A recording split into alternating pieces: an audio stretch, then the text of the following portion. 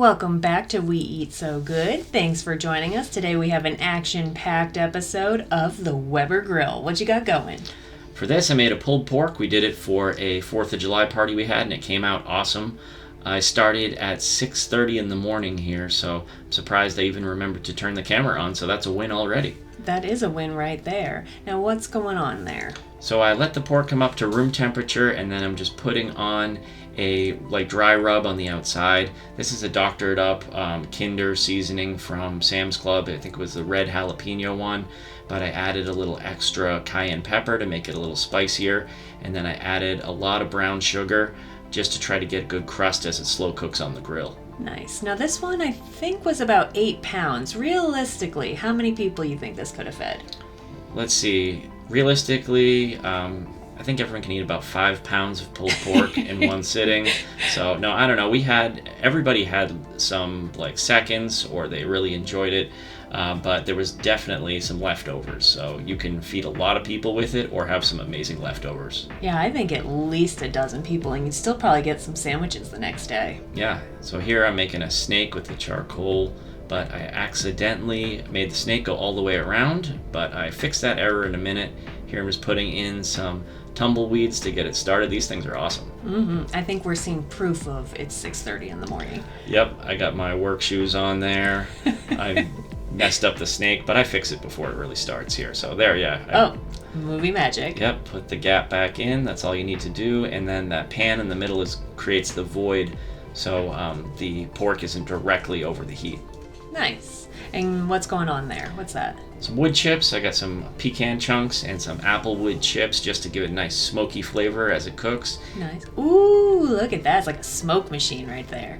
Yep, delicious smoke machine.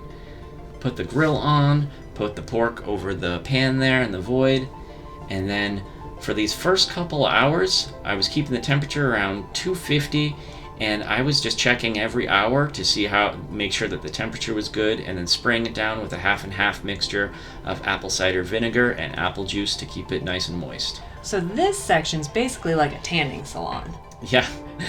Yeah, sort of. Yeah. Just waiting for that color to get right, get a good crust on it. So once I had that... Oh, look, I'm awake. And then put it in some foil, and then you put a vinegar-based sauce on it here. This was another doctored up barbecue sauce from the store. A little extra vinegar, a little extra garlic, and then wrapped it up, and whoops, tin foil's a little too small. Oh, poor Phil. I know. But I got that fixed here. Just take that off and put on a 6-foot piece of heavy-duty aluminum foil, and just make sure it's wrapped up real good, double wrapped.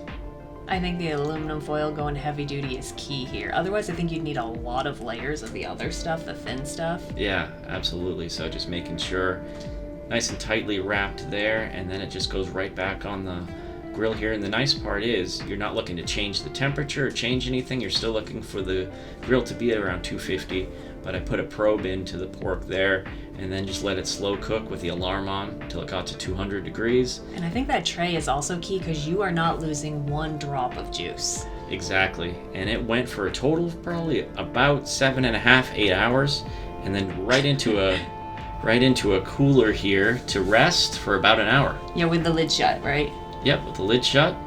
And I don't even know if the cooler was necessary, honestly. All the barbecue guys do it, but man, it was still piping hot inside that foil. Yeah, and the aromas that entered this house. Yeah, it smelled so good. And then just poured off the juice into a pan because you don't want to lose any of that juice. It's all flavor. And then I just pulled it apart with my hands and then just shredded it nice for sandwiches. Yeah, I just had to steal a bite right there.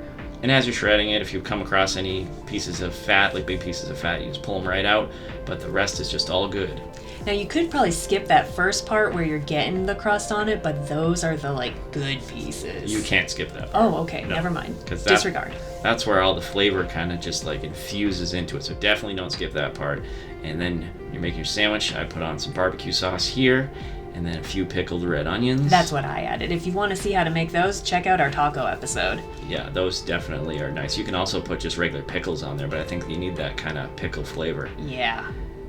And then some potato salad is a perfect side for it. I also made the potato salad, so I mean, I was doing things.